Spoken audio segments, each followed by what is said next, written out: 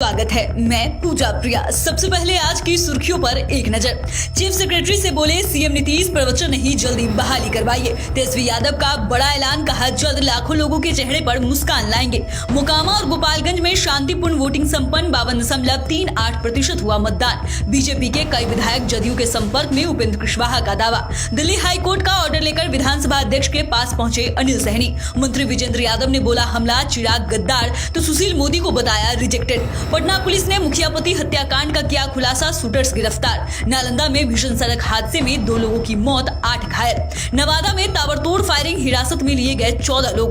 और गुरु नानक देव जी महाराज का 554वां प्रकाश पर्व, सीएम नीतीश कुमार जाएंगे राजगीर, गुरुद्वारा में टेकेंगे मत्था। अब खबरें विस्तार से। मुख्यमंत्री नीतीश कुमार ने आज उर्दू अनुवादकों और अन्य उर्दू कर्मियों को नियुक्ति पत्र दिया। इस दौरान नीतीश कुमार ने कहा कि चीफ सेक्रेटरी साहब, आप यहाँ बैठे हुए हैं। मुख्य सचिव की तरफ देखते हुए नीतीश कुमार ने कहा कि प्रवचन तो आपने अच्छा दिया, लेकिन आप भूल गए, आप तो 2007 से यहाँ हैं, आप भूल गए। अब हम आपको चीफ सेक्रेटरी बनाए हुए हैं, आप जल्द बहाली कराइए। वही विशेष राज्य के मुद्दे पर केंद्र सरकार पर निशाना साधते हुए कहा कि हम लोगों को जो मदद मिलनी चाहिए थी वो मिली नहीं। हम लोगों को ने तो विशेष राज्य के दर्जा की मांग की थी, लेकिन नहीं मिला। इन्हें बस प्रचार प्रसार करना आता है।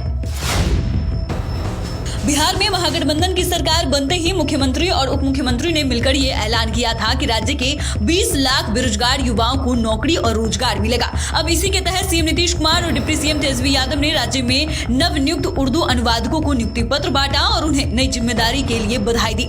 इस दौरान सभा को संबोधित करते हुए डिप्टी सीएम तेजस्वी यादव ने ऐलान किया कि आने वाले दिनों में लाखों भाइयों के चेहरे पर मुस्कान लाएंगे। इसके लिए सीएम नीतीश तैयारी कर रहे हैं।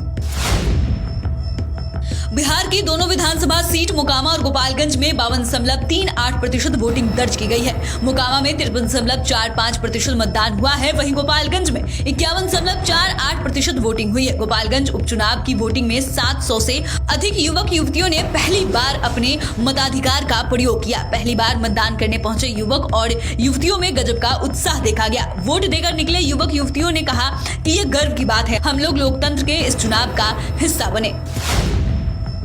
सुशील मोदी के जदयू और आरजेडी के विलय वाले बयान को लेकर सियासत तेज है। इस बीच जदयू के संसदीय बोर्ड के अध्यक्ष उपेंद्र कुशवाहा ने बीजेपी को लेकर बड़ा दावा किया है। उपेंद्र कुशवाहा ने कहा कि बीजेपी के नेता ही नहीं, कई विधायक हमारे संपर्क में हैं और जल्द ही वहां भगदड़ मचने वाली है। कुशवाहा ने इस बयान के बाद बिहार की सियासत गर्म हो गई है। वहीं बीजेपी नेताओं के दावों पर उन्होंने कहा कि ऐसा कुछ नहीं होने वाला है, बीजेपी के लोग हतोत्साहित हो रहे हैं। ऐसे में नेता झूठ बोलकर उत्साह बढ़ाना चाहते हैं, वरना ऐसे बयान का कोई मतलब नहीं है। मुजफ्फरपुर के कुटनी से राजद के पूर्व विधायक अनिल सहनी ने विधानसभा अध्यक्ष अवध बिहारी चौधरी से मुलाकात की। अनिल सहनी ने स्पीकर को दिल्ली हाई कोर्ट के आदेश की कॉपी सौंपकर अगले आदेश तक अपनी सदस्यता पर रोक लगाने की मांग की है। दरअसल राजद विधायक अनिल सहनी को 3 साल की सजा होने के बाद उनकी विधानसभा की सदस्यता खत्म हो गई है। कुटनी के आरजेडी विधायक को एलटीसी घोटाले में दोषी करार दिए जाने के बाद उनकी विधानसभा सदस्यता समाप्त कर दी गई है। ऊर्जा मंत्री विजेंद्र यादव ने चिराग पासवान और बीजेपी सांसद सुशील मोदी पर जमकर निशाना साधा। उन्होंने एक ओर जहां चिराग पासवान को गद्दार बताया, तो दूसरी ओर सुशील मोदी को बीजेपी में रिजेक्टेड कह दिया।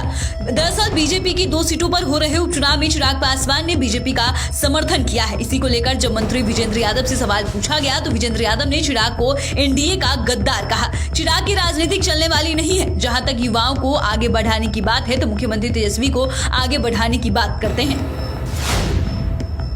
पटना पुलिस ने मुखियापति लालजी उर्फ धीरज सिंह हत्याकांड का खुलासा कर लिया है। दरअसल पिछले 19 अक्टूबर को पटना के कृष्णापुरी थाना क्षेत्र के पास मुखियापति की हत्या कर दी गई थी। पटना पुलिस ने इस केस का खुलासा कर दिया है। इस मामले में पुलिस ने कुख्यात अपराधी रघुनाथ सिंह समेत उनके गिरोह की 4 पेशेवर अपराधियों को हथियार और असहले के साथ गिरफ्तार किया है। पटना एसएसपी मानवजीत सिंह ढिल्लों ने बताया कि इस घटना को अंजाम देने वाले अपराधी बेगूसराय में छिपे थे।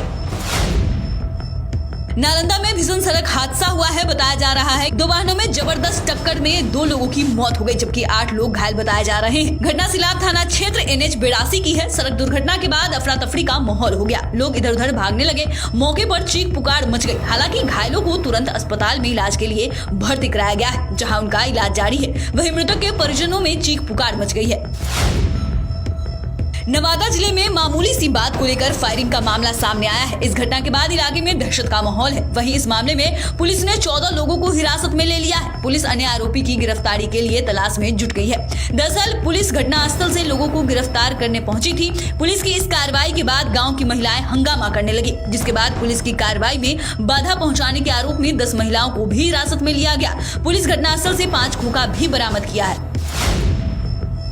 गुरु नानक देव जी जयंती के अवसर पर बिहार के नालंदा जिले के राजगीर में 554वां प्रकाश पर्व आज से शुरू हो गया। प्रकाश पर्व में हिस्सा लेने के लिए देश विदेश श्रद्धालुओं का जत्था कई दिनों से आ रहा है। प्रकाश पर्व के दौरान 4 नवंबर को भव्य शोभा यात्रा निकाली जाएगी। वहीं 5 नवंबर को मुख्य समारोह का आयोजन किया जाएगा। मुख्य समारोह में सीएम नीतीश कुमार सहित कई गणमान्य लोग शामिल होंगे। बता दें कि पिछले दिनों नीतीश कुमार ने तैयारियों को लेकर मुख्य सचिव और डीजीपी के अलावा सभी आला अधिकारियों के साथ बैठक कर कई तरह के दिशा निर्देश दिए थे। तो फिलहाल के लिए नाइट बुलेटिन में बस इतना ही। अगर आपने अभी तक चैनल को सब्सक्राइब नहीं किया है तो सब्सक्राइब कर ले। फेसबुक पेज को लाइक करना ना भूले। वीडियो देखने के लिए आपका धन्यवाद।